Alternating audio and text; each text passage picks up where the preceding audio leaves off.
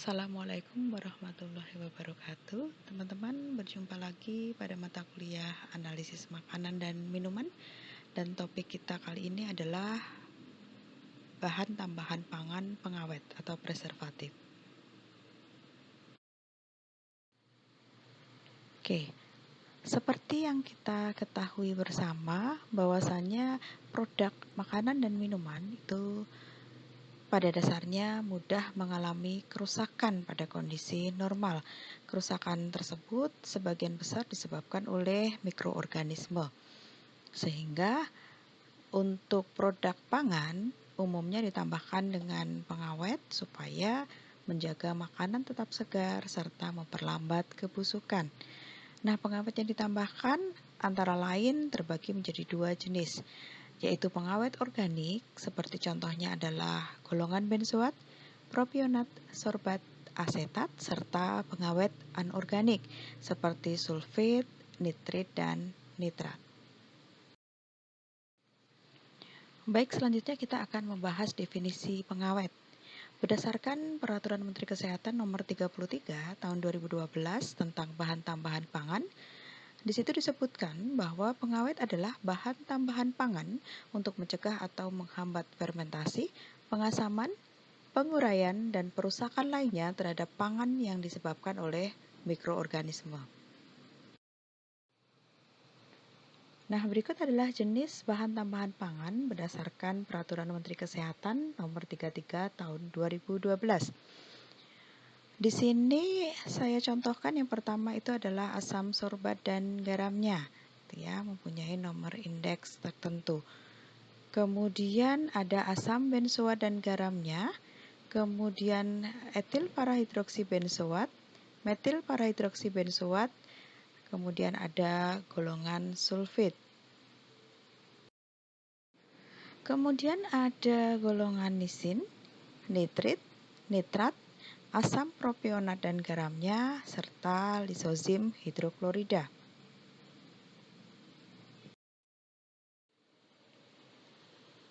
Pada Permenkes nomor 33 tahun 2012 di situ disebutkan bahwa penggunaan BTP pengawet dibuktikan dengan sertifikat analisis kuantitatif.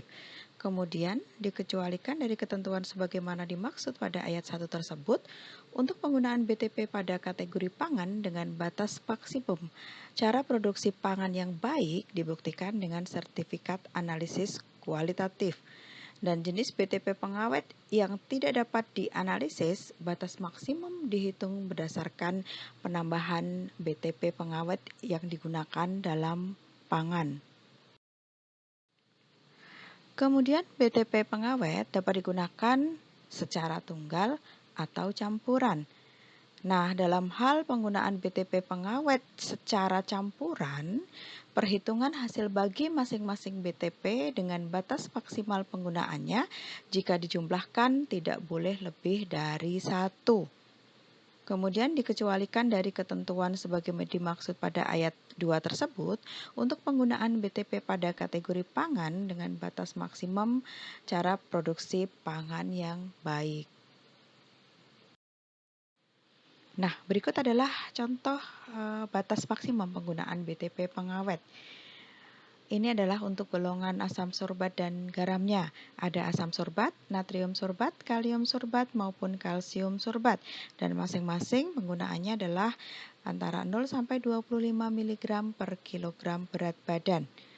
Batas maksimum penggunaan BTP pengawet ini bisa kita lihat pada lampiran 1 Peraturan Kepala Badan Pengawas Obat dan Makanan Republik Indonesia Nomor 36 Tahun 2013 tentang batas maksimum penggunaan bahan tambahan pangan pengawet. Dan berikut adalah contoh perhitungan penggunaan campuran BTP. Nah, tadi di awal sudah saya jelaskan bahwasanya BTP itu bisa digunakan dalam bentuk tunggal maupun campuran. Nah, dalam bentuk campuran ini contohnya adalah BTP pengawet pada kategori pangan 0412.5 di mana contohnya ini adalah BTP-nya etil parahidroksibenzoat dan metil parahidroksibenzoat. Masing-masing batas maksimumnya adalah 1000 mg per kilogram. Nah, di sini penggunaan produknya misalnya etil para hidroksibenzoatnya adalah X, maka perhitungannya adalah X per 1000. Kemudian metil para hidroksibenzoat itu adalah Y, maka perhitungannya adalah Y per 1000. Di mana penjumlahan antara penggunaan etil para hidroksibenzoat dan metil para hidroksibenzoat tersebut tidak boleh lebih dari 1. Jadi harus kurang dari sama dengan 1. Nah, ini kita bisa melihatnya di lampiran 3 per BPOM nomor 36 tahun 2013 tentang batas maksimum penggunaan bahan tambahan pangan pengawet. Selanjutnya di sini adalah contoh penggunaan bahan pengawet. Misalnya nih asam benzoat, natrium benzoat, dan kalium benzoat. Ini banyak digunakan pada minuman ringan, kecap, acar dalam botol, dan produk saus. Kemudian natrium nitrat, ini untuk daging olahan dan keju. Kemudian ada natrium nitrit untuk daging olahan, daging awetan, dan kornet kalengan. Kemudian ada asam propionat, ini untuk produk roti dan keju olahan. Kemudian asam benzoat dan garamnya kita akan bahas. Jadi asam benzoat ya atau rumusnya adalah C7H6O2 atau C6H5COOH sebagai asam bensin karboksilat, asam fenil karboksilat itu merupakan suatu senyawa kimia yang dia sudah umum digunakan sebagai pengawet dan dianggap sebagai generally recognized as safe oleh Food and Drug Administration punyanya Amerika Serikat. Dan secara kimia dapat dihasilkan melalui oksidasi fase cair dari toluen. Kemudian asam benzoat memiliki bentuk kristal, padat, tidak berwarna, dan tidak berbau. Nah, kemudian sebagai bahan pengawet, asam benzoat dan natrium benzoat akan efektif jika digunakan pada kisaran pH 2,5 sampai 4 dan menjadi kurang efektif apabila digunakan pada pH di atas 4,5. Nah, berikut adalah persiapan sampel untuk analisis golongan benzoat. Di sini yang saya tampilkan adalah sampel jenis padatan atau semi padatan dan cairan. Untuk sampel padatan atau semi padatan bisa diambil atau ditimbang sampel, kemudian di blender dengan menambahkan sejumlah air. Nah, selanjutnya ditambahkan larutan NaOH 10% sampai larutan menjadi basa atau alkalis dengan dicek menggunakan pH universal. Kemudian dibiarkan selama 2 jam baru kemudian disaring. Untuk cairan bisa diukur 50-100 ml sampel, kemudian ditambahkan dengan NaOH 10% sampai alkalis.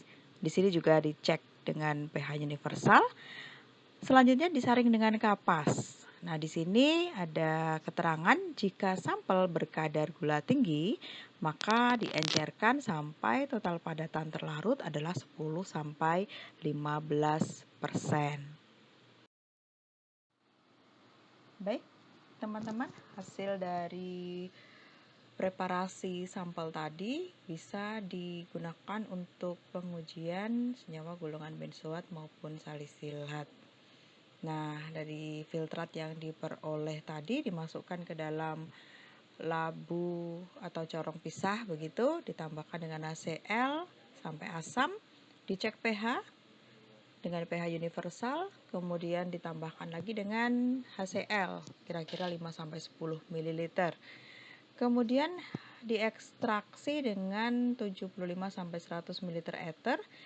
Nah, ekstraksi kembali lapisan air dengan ether, diulangi seperti itu ya. Kemudian ekstrak dicuci sebanyak 3 kali, masing-masing dengan 5 ml air. Kemudian dimasukkan ke dalam cawan porselen. Selanjutnya diuapkan dengan penangas air. Nah, residu yang dihasilkan mengandung asam benzoat atau eternya dan asam salisilat. Selanjutnya, residu yang diperoleh dalam air jika perlu bisa dipanaskan pada suhu 80-85 derajat Celcius selama 10 menit. Nah, kemudian dibagi-bagi lagi ke dalam larutan A, B, dan C. Nah, untuk pengujian asam benzoat, dalam larutan A tadi ditambahkan berapa tetes NH3 sampai larutan jadi basa, cek pH ya. Kemudian kelebihan NH3 dihilangkan dengan penguapan. Nah, kemudian dilarutkan kembali residu dengan air panas, saring jika perlu. Kemudian tambahkan beberapa tetes larutan FeCl3 netral 0,5%. Nah, adanya asam benzoat di dalam sampel ini bisa dicek dengan terjadinya warna salmon atau merah salem begitu ya, karena terbentuknya endapan feribenzoat. Sedangkan untuk pengujian asam salisilata, teman-teman, ke dalam larutan B tadi yang kita peroleh ditambahkan 1 tetes FeCl3 netral 0,5%. Jika ada asam salisilat, maka larutan akan berwarna ungu. Berikutnya adalah pengujian natrium benzoat secara kuantitatif berdasarkan pada SNI. Prinsipnya adalah dalam sampel yang sudah dijenuhi dengan larutan NaCl, asam benzoat yang ada dalam sampel akan diubah menjadi natrium benzoat yang larut air dengan penambahan NaOH. Jika larutan natrium benzoat diasamkan dengan HCl berlebih, maka akan terbentuk asam benzoat yang tidak larut dalam air yang dapat diekstrak dengan kloroform. Kloroform dapat dihilangkan dengan penguapan dan residu yang mengandung asam benzoat dilarutkan dengan alkohol dan dititrasi dengan NaOH standar. Nah, berikut adalah contoh preparasi sampel untuk analisis benzoat ya. Jadi di sini ada sampel saus tomat, begitu sampelnya ditimbang dengan neraca analitik, kemudian tambahkan dengan 15 gram NaCl, dimasukkan ke dalam labu ukur 500 ml. Selanjutnya ditambah dengan 150 ml larutan NaCl jenuh dan NaOH 10%, sehingga diperoleh larutan yang sifatnya alkalis. Cek pH ya. Kemudian larutan tersebut diencerkan dengan larutan NaCl jenuh sampai tanda batas. Kemudian kita biarkan selama 2 jam. Selanjutnya larutan tersebut dikocok setiap 30 menit dan disaring dengan kertas saring. Nah, filtrat yang diperoleh kemudian dilakukan ekstraksi. Nah, selanjutnya dilakukan ekstraksi sampel di mana filtrat yang diperoleh tadi di pipet dimasukkan ke dalam corong pisah. Kemudian dinetralkan dengan HCl 5%. Nah, setelah netral ditambah lagi dengan HCl. Selanjutnya diekstraksi dengan pelarut di ethyl ether beberapa kali dengan volume berturut-turut 70, 50, 40 dan 30 ml. Nah, di sini untuk mencegah terjadinya emulsi, ya, emulsi merupakan salah satu gangguan pada saat kita melakukan ekstraksi sampel dengan corong pisah. Begitu kita cegah dengan digoyang-goyang secara kontinu setiap kali ekstraksi dengan gerakan memutar atau rotasi. Nah, lapisan dietileter kemudian ditampung dari setiap ekstraksi dengan volume pelarut tersebut. Kemudian lapisan dietileter setiap diekstraksi dikumpulkan dan distilasi dengan vakum rotary evaporator pada suhu 30-50 derajat Celcius sehingga ekstraknya bisa menjadi pekat seperti itu. Kemudian ekstrak tersebut dikeringkan di atas penangas air dan dibiarkan semalaman di dalam desikator yang berisi H2SO4 pekat. Selanjutnya, ekstrak kering yang di dalamnya berisi asam benzoat tersebut dilarutkan dalam labu ukur 50 ml dengan Aquades sampai dengan tanda batas. Nah, kemudian untuk uji kuantitatif, jadi larutan hasil ekstraksi tersebut dipipet, kemudian dimasukkan ke dalam labu Erlenmeyer.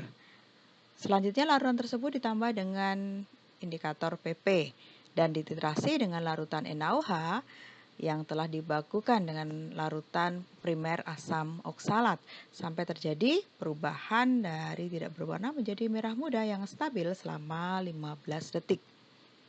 Nah, volume larutan yang digunakan dicatat.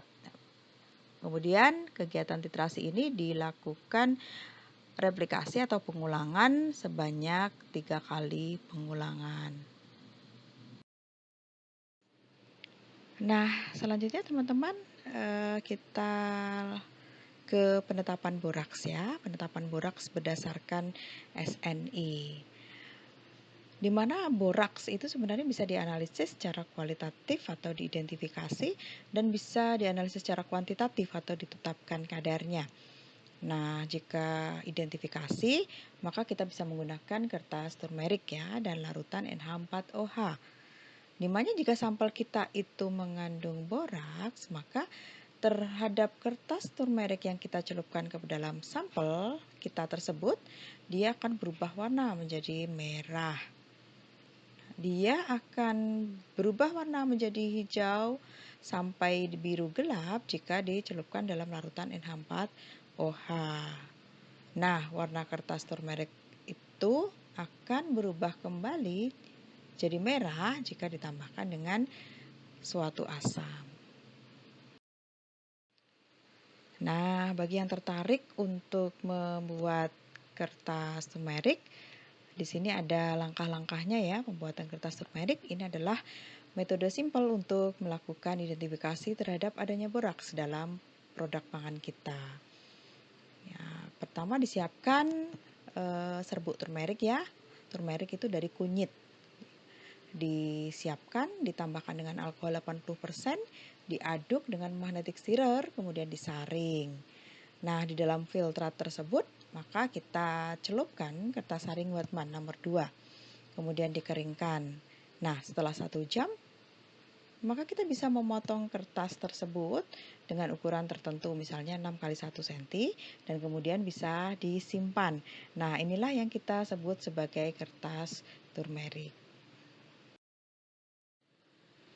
Baik, selanjutnya adalah penetapan kadar boraks dalam sampel.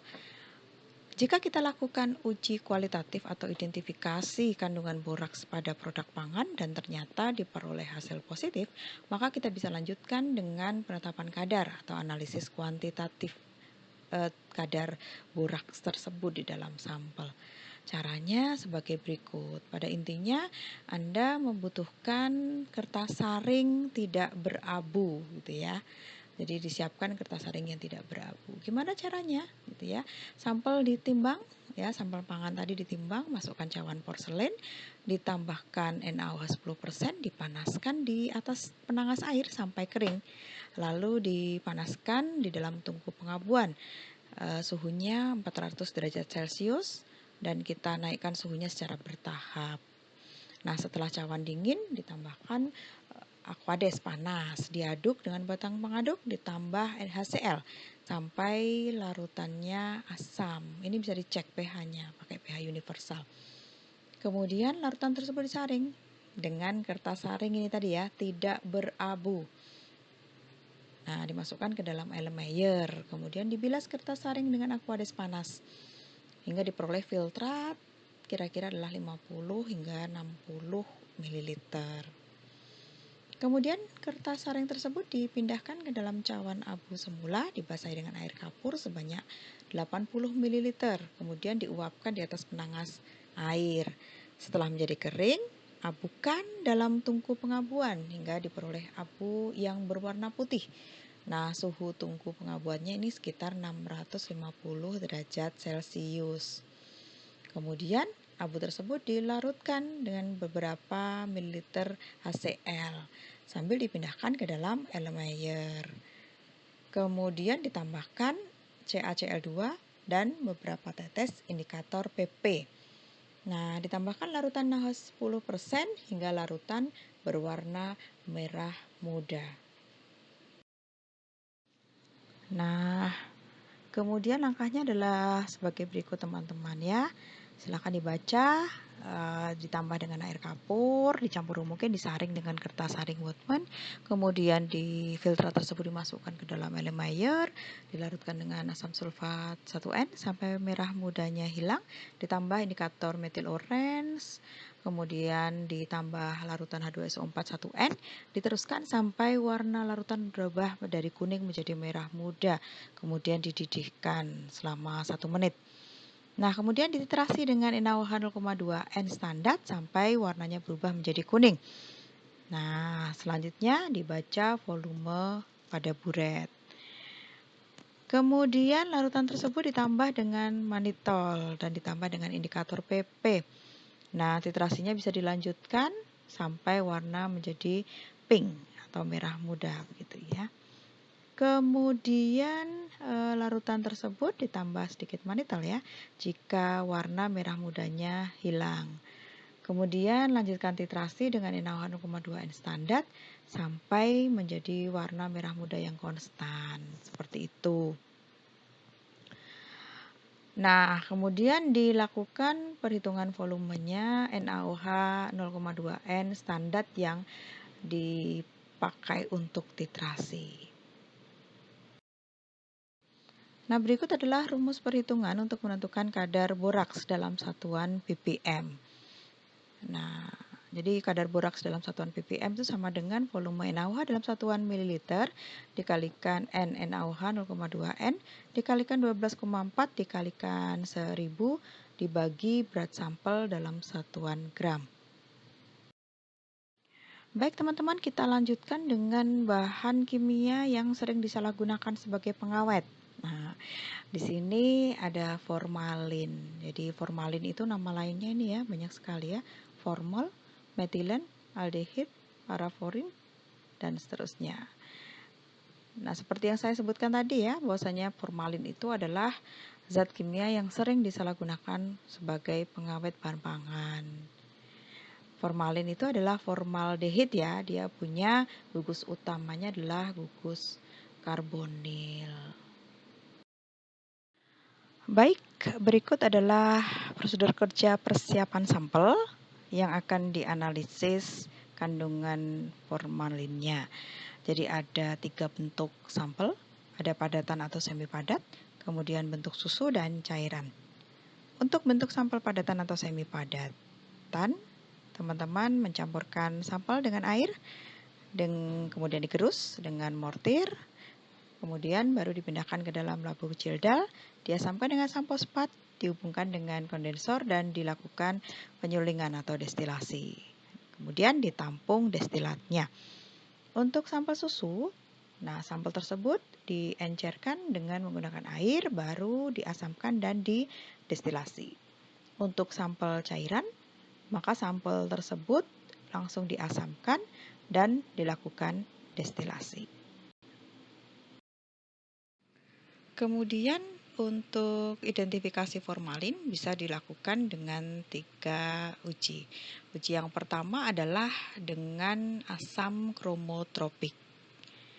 Jadi caranya adalah masukkan reaksi kromotropik ke dalam tabung reaksi, kemudian ditambahkan destilat tadi, destilat dari sampel yang sudah dijelaskan tadi, diletakkan di dalam penangas yang mendidih selama 15 menit dan diamati perubahan yang terjadi.